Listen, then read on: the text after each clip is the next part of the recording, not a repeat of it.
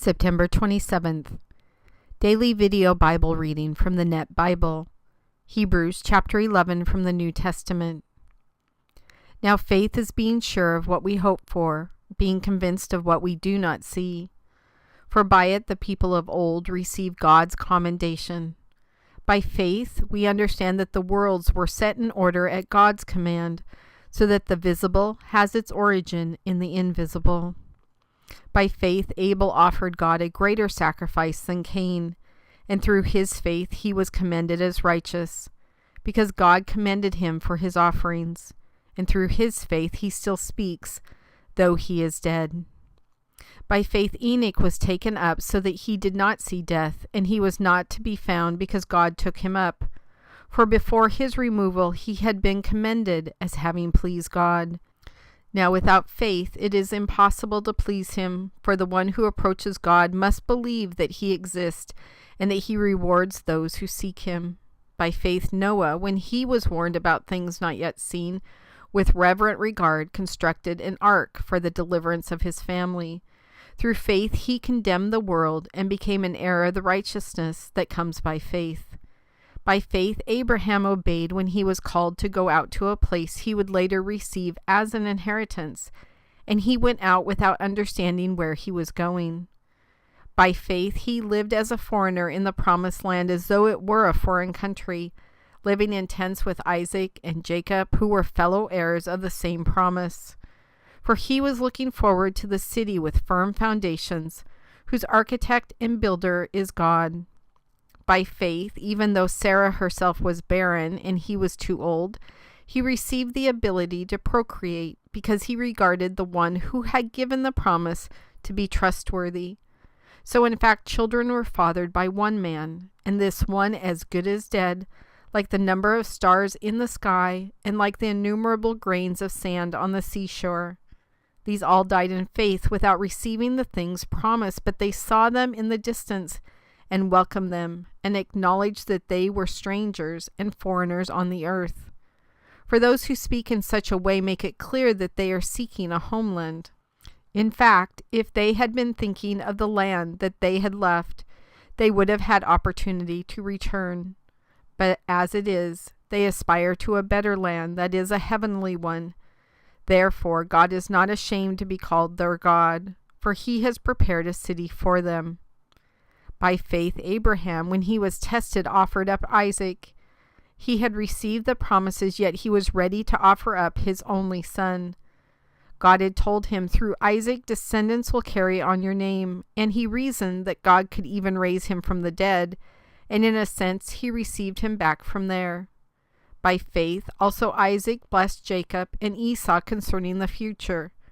By faith Jacob, as he was dying, blessed each of the sons of Joseph, and worshipped as he leaned on his staff.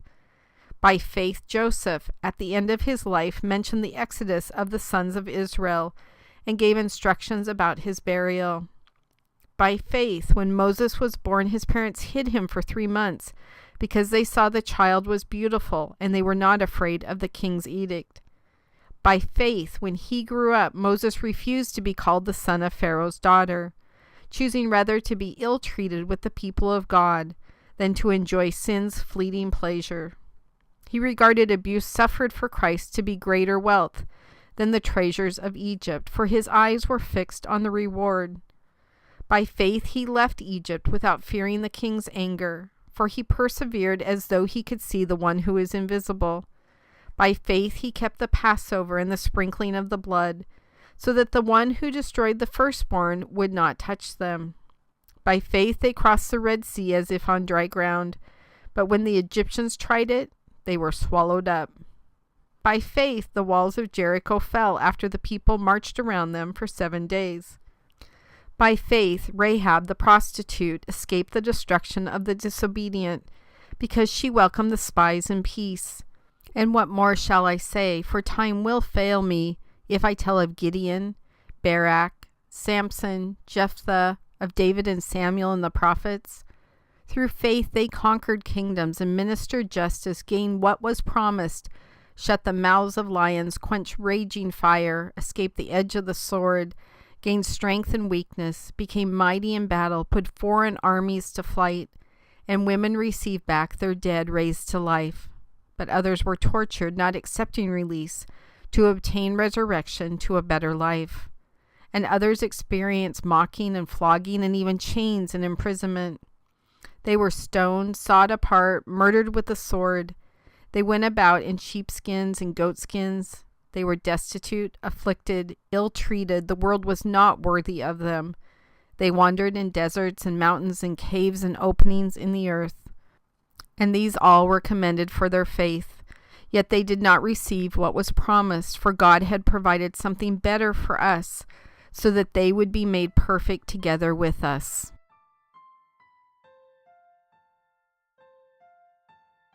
God, I totally get the wonderment of the things you created. I live in a place where I get to see so many stars at night. And, I stand on my porch and look at them a lot and talk to you, and I'm just amazed at their sparkling light at nighttime.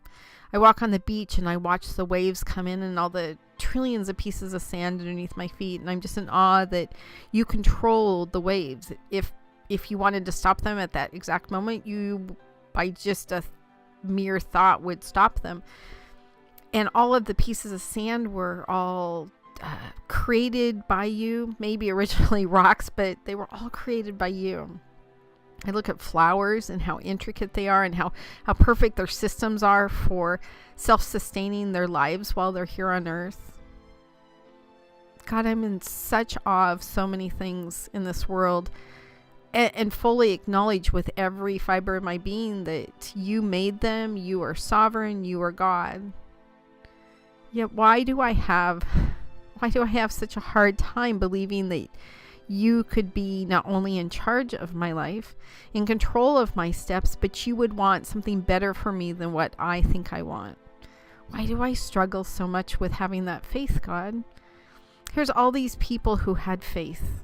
And ironically, a lot of them are actually like me. They try and they have faith and to be obedient, but they sure mess up a lot. They pawn off their wives as their sisters. Their anger gets them in all sorts of trouble. Their arrogance gets them in trouble. Like all of these things that they do. So they're not perfect, these examples of faith. So I guess that makes me feel a little bit better.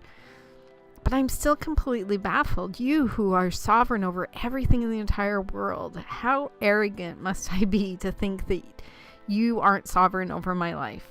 That you aren't sovereign over the things that go on in my life, the things I feel in my life, the things of my future.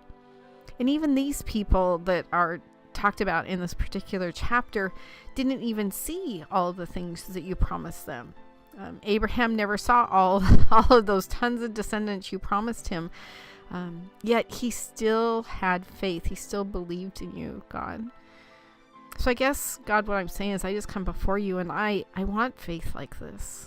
I want faith like all these people that are talked about in chapter 11, where they believed in even the shadow of a promise of what was to come, and they knew to set their eyes on the eternal, that eventually all promises that you made to them would come true, and they would be on the receiving all of those.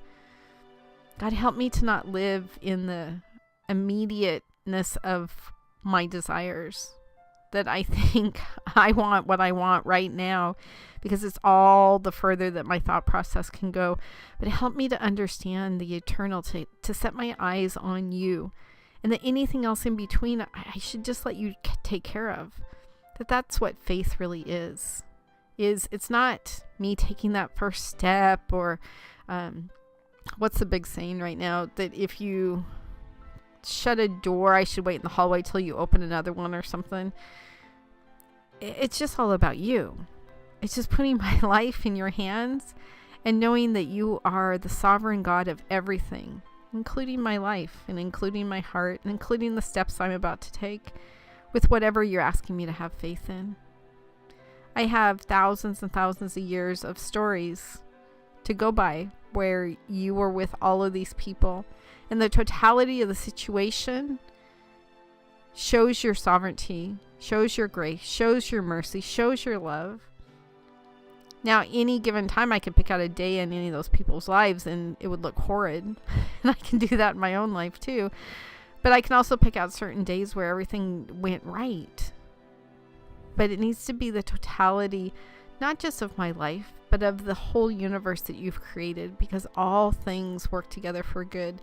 Not just a piece here and a piece here and a piece here, or the situation I'm in, but all things work together for good for those who believe in you and work towards your purpose, work towards your promise, work towards exactly what you created them to do here on earth, which is glorify and worship you. God, help me to work on my faith. Help me to cover all those holes and gaps in my faith where I'm missing because I want so much control of my own life, and allow me to turn over every part of my world and my heart to you, God. In your Son's name I pray. Amen.